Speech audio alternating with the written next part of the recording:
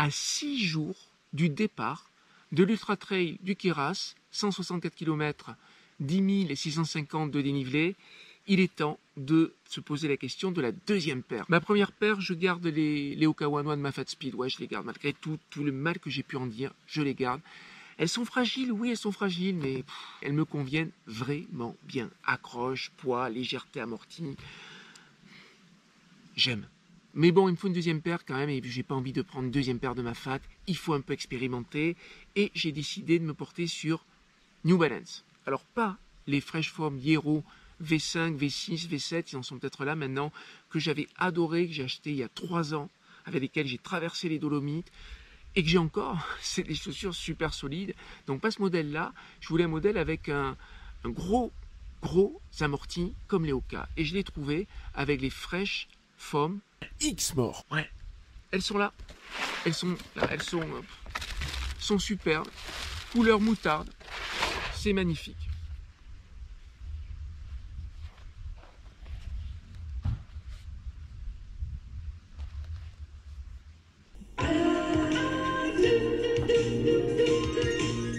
« 2 cm de semelle intermédiaire. C'est énorme. En comptant le retrait de la semelle externe et aussi la prise en compte du rebord qui monte là, hein, comme dans les Hoka, la semelle intermédiaire enveloppe le talon et participe au maintien du talon. Pour ce qui est de la semelle externe, c'est de la Vibram. Et là, j'ai une petite déception parce que je pensais que c'était une semelle pleine en Vibram, comme sur les Hero, mais c'est pas le cas. C'est pas le cas. On voit bien qu'il y a des parties crampons Vibram et puis il y a le reste, là, un prolongement extérieur de la semelle interne. C'est beau ça comme concept, le prolongement extérieur de la semelle interne. C'est un truc à méditer. Alors le mesh, il est un peu plus renforcé que sur le dernier modèle de Mafate, hein. Mafate Speed, hein. On voit bien qu'on ne voit pas à travers. Il est un peu plus renforcé. Bon, c'est pas plus mal, hein, je sais pas, c'est peut-être plus solide. On a une two-box qui est relativement large. C'est pas aussi large qu'une Altra. Et on a un Two Protect à l'avant qui est assez bien marqué. J'aime bien parce qu'il n'est pas trop rigide, sans être trop souple. C'est un peu le juste milieu. Le laçage et la languette. Tout ce qu'il y a de plus classique pour la languette, c'est une vraie languette. Voilà, c'est pas un chausson.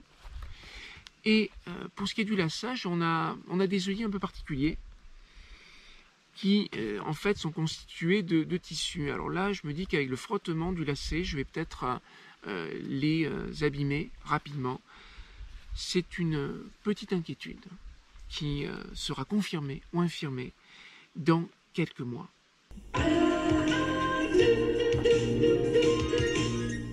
Bon, après pour ce qui est du look, elles sont super stylées quand même. Elles sont super stylées.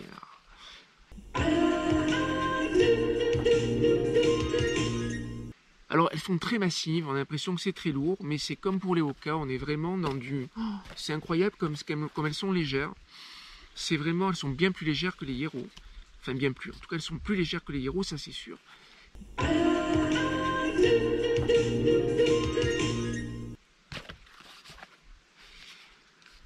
Et on va les tester.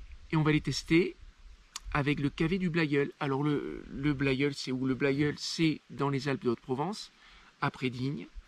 Et le KV, c'est, vous savez, c'est le fameux kilomètre vertical. Alors là, je crois qu'on prend 1000 mètres de dénivelé en 3 km. Autant vous dire que c'est particulièrement raide.